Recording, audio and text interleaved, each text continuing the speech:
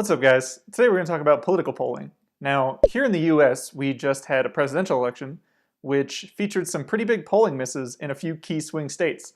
This has led a lot of people to say polling is useless, polling is broken. Well, is that true? Let's find out.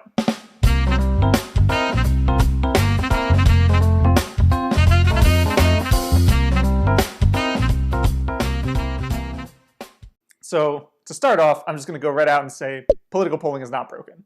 Now, in 2020, the political polling average error was 4 points, according to 538, and this has been about the average polling error since the early 70s.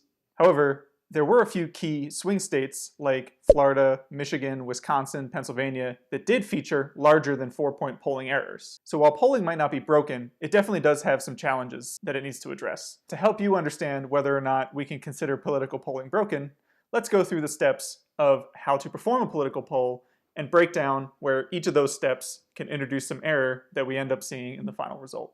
At a high level, political polling can be broken down into 3 steps. First, you need a sampling frame. Next, you need sampling weights. And third, you need a likely voter model. Let's break down each one of these steps one by one. So to start off, you need a sampling frame. Now this is just a list of everyone who you could potentially contact in your poll. You're not going to contact everyone on this list. You're going to contact a random subsample, but you need a universe to start working from. Now, if you're conducting polls over the phone, this sampling frame might look like a list of names and phone numbers. But the first problem is where do you get the names and phone numbers from? Back in the good old days, everyone had a house phone, and everyone's phone number was in the yellow pages. Unfortunately, today, that doesn't really exist anymore. A lot of young people don't have landlines, and most people don't even answer the phone. I mean, think about it. When was the last time you answered a phone call from somebody you didn't know the number? So what do polling firms do? They can either use voter file registration data, or they can do what's called random digit dialing, where they literally pick 7 random phone numbers and just call them and see if anybody answers. However, even if you're going to use random digit dialing, there's still choices to make. Are you going to call both landlines and cell phones? If you're going to use both, which proportion should be landlines? What proportion should be cell phones? How do you handle people whose cell phone number has a different area code than the area you're trying to poll? So each one of these choices is going to lead you to either include people who should be excluded or exclude people who actually should have been included. And really, no matter what you do, your sampling frame and then your sample from that frame are never going to be perfect. You're always going to have overrepresentation in one group. Maybe it's age, maybe it's ethnicity, maybe it's education. Despite your best efforts, it's never going to be a perfectly random sample of the general population, which is why we move on to the next step of conducting a political poll, reweighting your sample. So reweighting your sample is the process of taking the data you collected and adjusting it so it more closely matches the general population. So for example, if your data has a higher percentage of old people than there are actually in the population, you need to count all of the responses from those people less and upweight the people who are younger. Now age is just one possible weighting factor. You can also weight by ethnicity, region, like urban versus rural, education level, income level. There's all kinds of different possibilities, but the general idea is that you want to find some specific factors and use them to adjust the sample you collected to look like the general population that you're trying to get the opinion of. So while that may seem easy, the problem is that you don't actually know what the general population looks like, right? How do you know how many people have a college degree? How do you know people's income level? The census might be a good place to start, but that's only collected every 10 years. And so in an election year like 2020, that data is already 10 years out of date. In that 10-year time frame, people could have moved, died, got a new degree. Recently we've seen a lot of people move from California to Texas.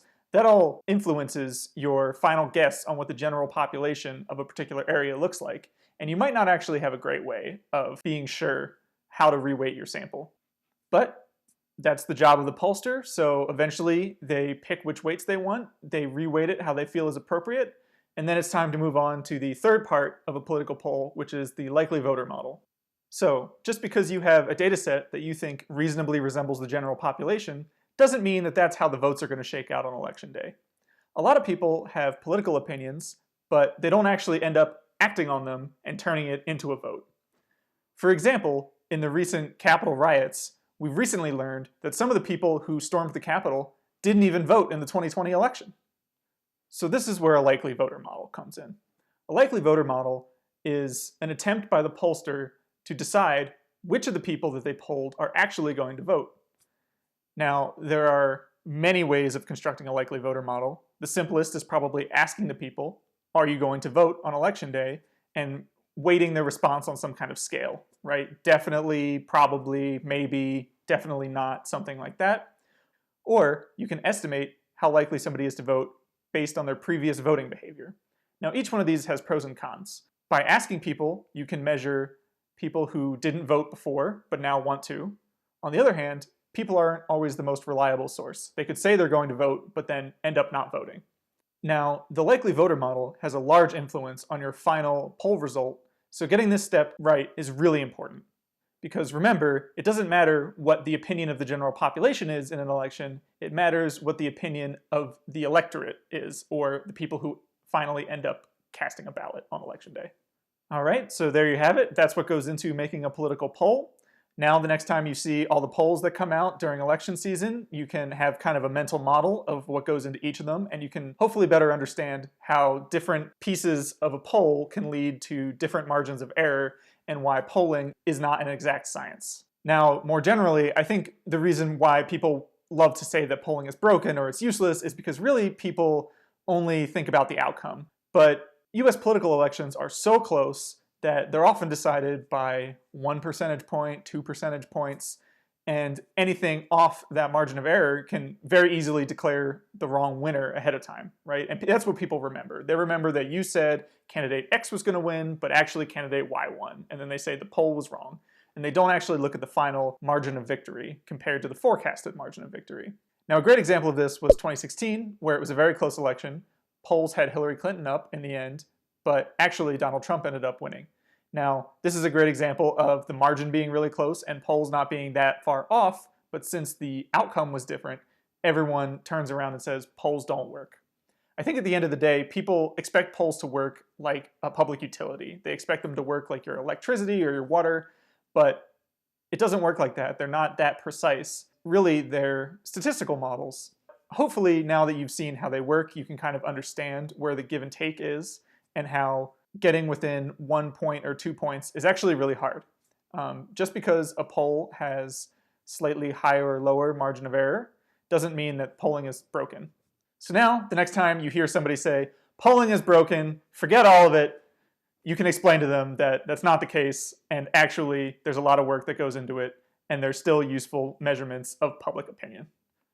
Thanks for making it to the end. Don't forget to like and subscribe, and we'll see you next time.